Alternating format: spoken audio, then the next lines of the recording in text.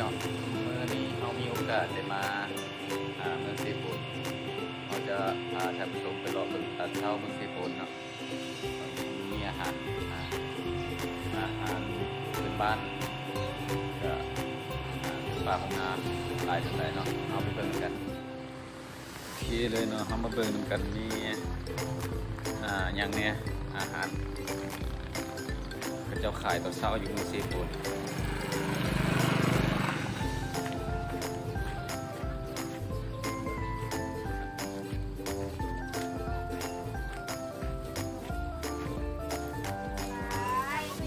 มีฝนตกเนาะ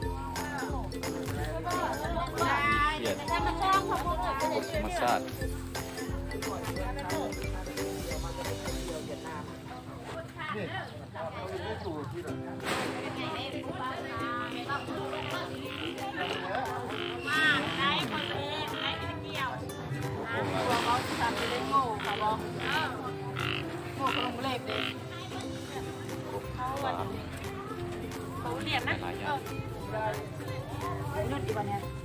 บอลห้ายเลย70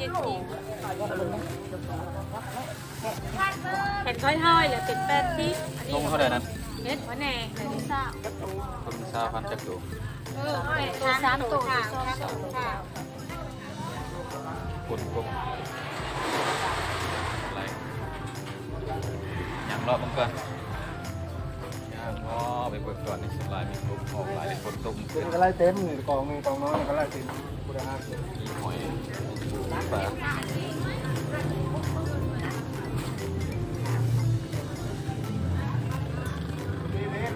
ราคาบุกแพงอยู่บ่ไป3 โตมันครึ่งโล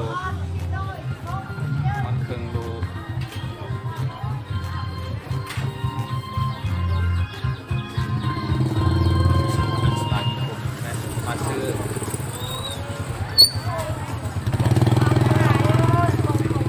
ปลาธรรมชาติ สบายจ้ะเริ่มจะแซ่บป้าเอาโลนึงนะ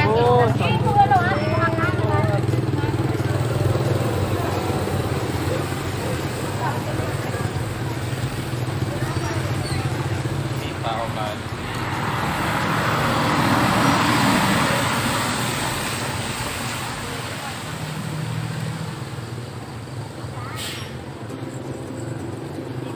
เจ้าขายอยู่ตอนเช้าเนาะมาฝั่งนี้มีขายในกินสุกป่ะ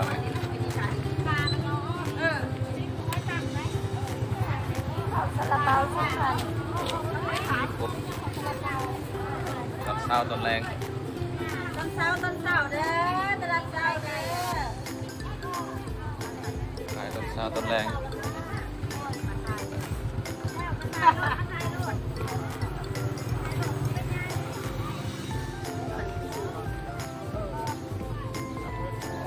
นี่เลยเด็ดแท้อยู่ที่หมูน้อยนี่ราคาพอแพงไปได้ไกลไปไกลมาก็มาไปซื้ออุดหนุนราคาเนี่ยเด้อนี่เลยเด็ดๆนะ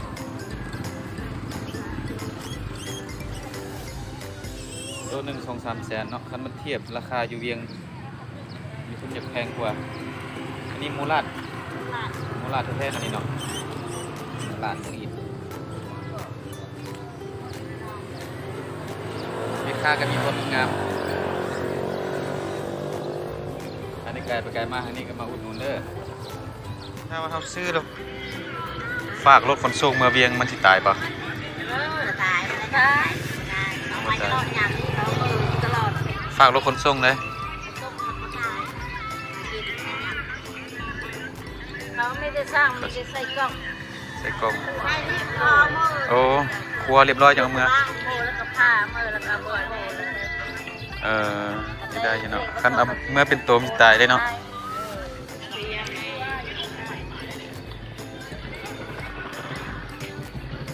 มูลาดแท้ๆเลยเนาะตัวนี้คือเป็นสีขาว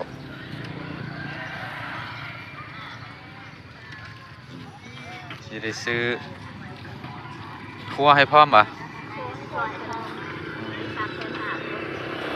เดือนไปเขา3 แสน 300,000ปลาย200,000ก็มีโอเคเบิ่งกันเด้อได้จาก2ตัวซื้อมือฝากต้มน้ำปลา